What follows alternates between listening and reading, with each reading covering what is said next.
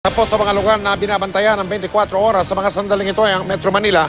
Sa Metro Manila, nakataas na po ang babala ng bagyo bilang 2. Inuulit po namin, signal number 2 na po sa Metro Manila. Nakatutok live sa Quezon City si Cara David. Cara, kamusta dyan?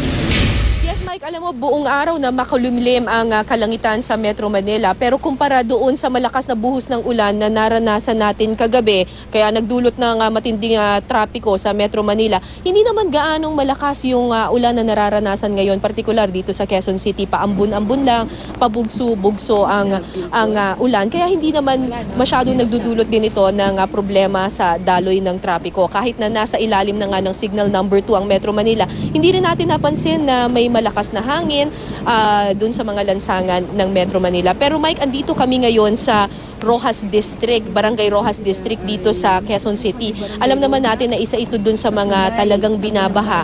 Kapag kaunting ulan lang, umaapaw kaagad yung creek na nandito sa Roxas District. Pero yan, nakikita ninyo ngayon, okay pa naman yung level ng tubig dyan sa creek at wala pa namang problema ngayon dito sa Barangay Roxas District. Gayunpaman, dahil alam na ng mga residente dito na posibleng manalasa ang bagyong Santi mamayang hating gabi, naghahanda na yung mga barangay tanod, yung dito sa Roxas District, yung kanilang mga rubber boats, hinahanda na nila yung mga sagwan nila, pati mismo yung multipurpose hall ng barangay na nagsisilbing evacuation center ay hinahanda na nila. Narito yung pahayag ng isa sa mga barangay tanod na nakausap natin kanina dito sa Roxas District. Bakit po kayo may hawak na inahanda nyo na yung sagwan ninyo? Opo, kasi dito tumataas ang tubig eh. Pag pauwi ang tao, hinahatid pa ng mga barangay tanod namin. Parang hindi naman po malakas pa yung ulan. Hindi pa, pero nire-ready na. Kaninang umaga pa kami naka-ready. Kasi dahil alam na may bagyong darating. Mike, pero kagabi, perwisyo para sa maraming commuter ang biglang buhos ng ulan na naranasan natin dahil walang masakyan, kaya binabuti na lamang ng ilan na magpatila muna. Yan yung perwisyo na naranasan natin kagabi. Pero pagtigil ng ulan naman kagabi, problema naman yung matinding traffic.